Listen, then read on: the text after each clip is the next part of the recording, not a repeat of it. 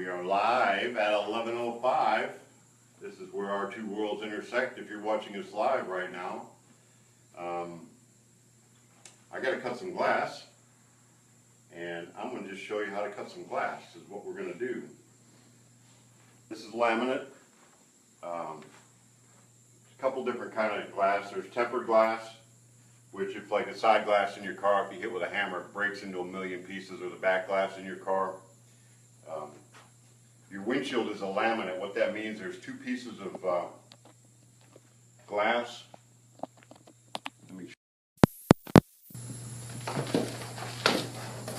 With a plastic in between it, which is something what absolutely you have to have it. So if I take and I break this glass, it doesn't come apart in a bunch of pieces. It just breaks, and you don't have all the shards to cut you with. So absolutely never, never, ever use just plate glass in a side glass or in your windshield. It may be a little bit cheaper, it may be easier to cut, but I mean, when you stick your head through it and it cuts your jugular, it's not going to be a good thing. Here, it'll put some dents in your head and leave some shards when you hit the windshield at high speed, but hopefully that never happens. But never, never, never use plate glass in a car. So this is laminate. This is a side glass for a Model A coupe that we've got to get delivered here. It's going out the door this afternoon, and I got to cut it. About a year, how long ago we get, by the way, I'm BC. This is Spirit Cars live at 11:05, and Josh's voice of Spirit Cars behind the camera there. We bought out a inventory of a glass company that went out of business, but what, about a year ago? 2 years ago. 2 years ago. And I figured, how hard can it be to cut glass? I mean, it's not hard, but you better know what you're doing. For the first 6 months, 8 months, I don't know, a year, I would dread coming back here. I mean, I'd start sweating and doing, and just to cut a straight piece, and I just didn't have it. Didn't have the technique, didn't have none of it. And so I'm pretty much self-taught and was doing all right, got it figured out pretty good. By no means am I an expert right now, but I did watch a few YouTube videos, and that was very helpful. So what I'm going to do is I'm going to share with you some of the techniques I've learned, and they seem to work out. Again, this is a colored glass. It's probably a smoke color. We got clear glass, there's green, there's bronze, there's a bunch of different ones. You can use a straight edge. I'm cutting, this is for Model A, so it's a straight side window. I have found personally, I've got my cutter, and I've got a little oil on the cutter here. So I put the cutter back in the oil, and I kind of work my hand on it to make sure there's no chips in there. And these are all tips coming from not an expert, but I've got pretty good at it. So I'm not breaking glass every time I do it. I had my pattern. I kind of traced my pattern. This is for our Model A coupe. But I like to, rather than go along the edge of this, which you can do, I treat it more like a striper would. I can pull a pretty good line if I got my glasses on and see it. So I'm just going to take and all this is a roller in here. I'm going to pull it down the line.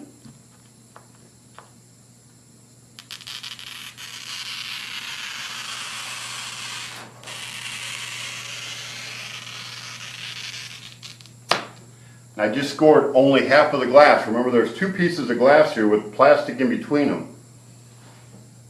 The problem I was having, I would score both sides and then try to break it. Well, that plastic in between them holds them together, so what's going to happen if I do that, when I break the top pushing down into the bottom, it wants to kind of chip the bottom or travel. So I figured out if I crack it on this line first, and all I've done is I didn't hit it hard enough to break all the way through, but I can see, and you won't be able to see on the camera, but I can see the oil that was on there. It's moving a little bit, and I can see it moving a little bit now. So I've got it broken on one side.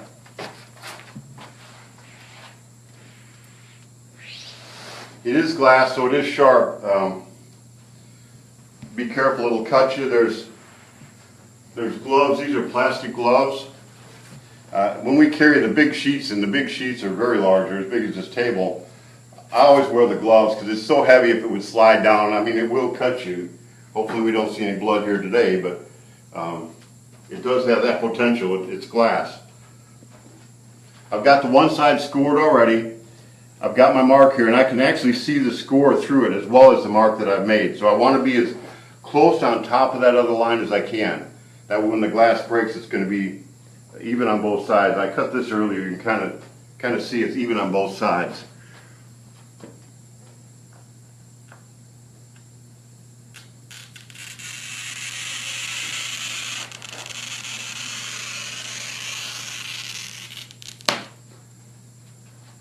Now, cutting glass is kind of like welding, MIG welding. I don't have to watch to know if you're doing a good job on the cut. It's that sizzle. When you're welding, it's got a sizzle that just sounds right. When you're cutting glass, it's almost a sizzling sound. If you're doing it right, it's working pretty good. I put a little pressure. Now this broke. I've got it broke. Now you can see it's coming down. Now since that's plastic in between there, temperature has a lot to do with it. It's summertime, it's coming into fall. It's still warm, it's pretty warm back here. I'm guessing it's almost 90 back in this area where we're working. A lot of people, you'll see it, they'll put some alcohol on this and light it with alcohol to melt it. I like that technique, except I like my carpet here, and I like carpet on the floor. It's what we got, and I don't want to ruin my table. You can kind of see my table from doing that. Every time I did it that way, I'd always have a fire, and then I had to put the fire out, and it was just inconvenient. So if it's something that I need to really do that with, I've got this little heat gun, and it's very, very warm on this tip. This you can actually weld plastic with, but you can use a hair dryer or something like that would work. But since today it's so warm, and I will be careful, I just put a little pressure of it coming down. Again, not too much because it's opening on the top, but it's pushing against the bottom. And you'll get these little clamshell looking cracks on there if you're not careful. I take a razor blade.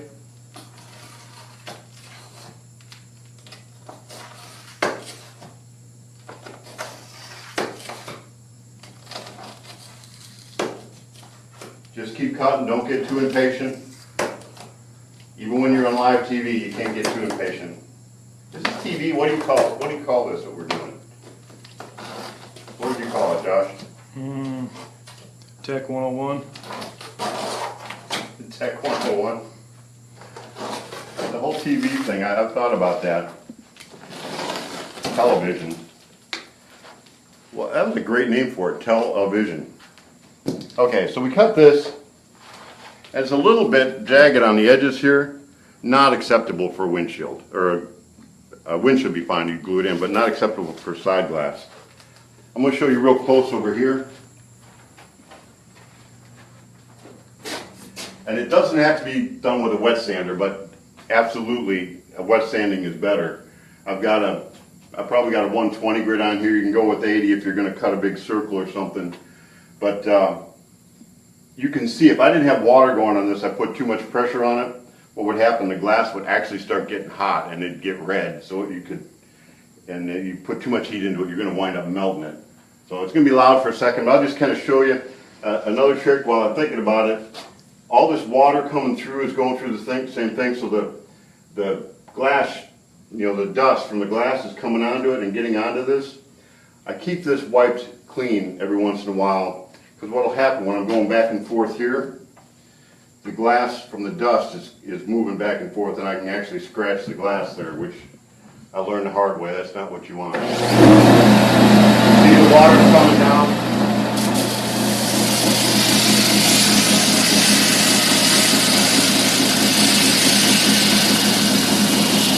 Run down.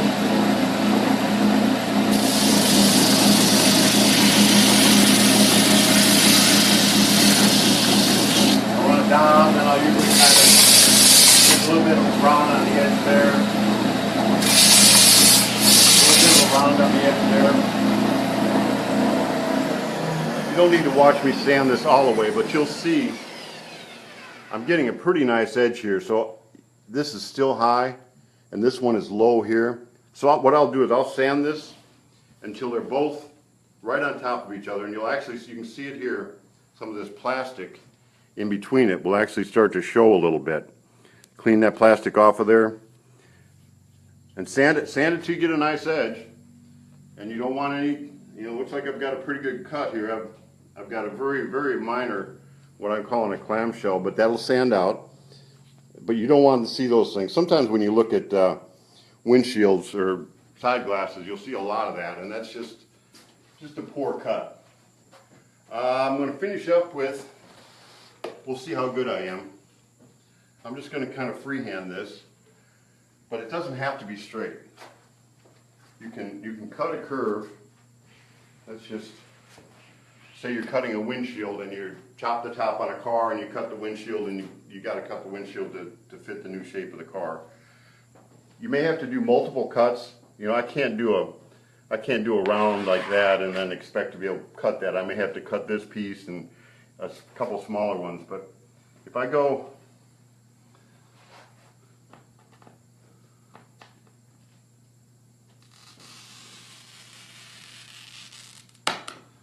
around like that, I got a pair of channel locks. I put tape on it to kind of soften it up. This is a tool, actually a glass tool, and I still put the tape on it to soften it up. But this is beveled into here, and what you do when you push down on it, you're actually cracking your edge, which I'm not going to do with this one, but I'm going to try to just break it nice and even and get that first little break I was telling you about before.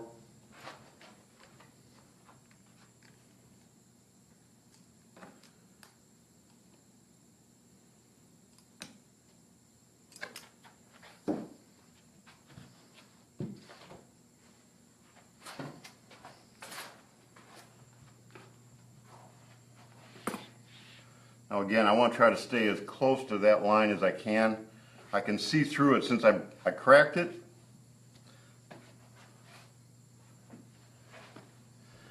The glass on one side is actually broke through.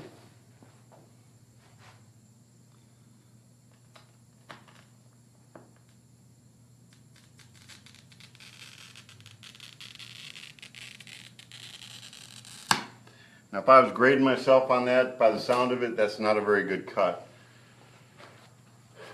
These tools, they're almost throwaway. They're not really expensive, but if you see on here, there's a bunch of numbers, 1, 2, 3, 4, up to 6. You start with 1, you can loosen the screw and then change your blade. The blades get dull pretty quick. So this is time for a change of the blade. And you cannot score back over the same score twice. If you don't think you got it right and you try to score it a second time, I can almost guarantee a failure there. But I've got it, now you can see I've got it broke. Now on a curved one like this, it's very important. This would be a good time for either heat here, or if I had the alcohol, I could just put the alcohol on it, light it on fire. The heat from that will, you'll melt it enough to get it open, and it'll work pretty good. But again, the only reason I don't do it is because of my table and my carpet on the floor. It's just, you keep on burning it, you keep on burning it, and all of a sudden you ain't got much carpet left.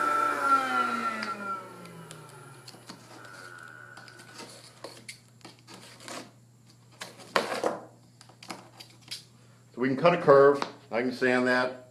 It's not that hard. Practice makes perfect in a sense. There's nothing such thing as perfect in this world, but when we first started doing this, if you would have asked me to cut that curve, I would be, oh no, how am I going to do that? I was sanding off more than I was cutting, just because I was so afraid of the crack. So it's not that hard. It's, you know, laminate is fairly expensive, so it'd be easy if you could practice on some pieces before you take one big piece and say I'm going to cut my door glass, or especially if you chop the top on a car. Some of them old windshields are hard to come by. I would practice a little bit before you cut up a good windshield. So here's today's tech. Our time kind of converged today. I had to get this done, and hopefully this was helpful for you. We're glad you joined us. Tonight we are going live at 9 o'clock. I got a special project I want to do with my grandkids, so I think we're going to do that. We still need a name for tonight's show. We've got some good ones. I like that. And whatever the name's going to be, it's going to be the head name, and then a flippin' cool show will be the rest of it. So I don't know if we got a prize for that decided yet, but whoever we come up with that shared name, we're going to give you something, because we hope to use that name for a while. Other than that, I don't know. You got anything else, Josh? Nope. Well, there it is for today. If you need to cut some glass, don't freak out. It's possible. Or you can go to a glass shop. So, thanks for joining us.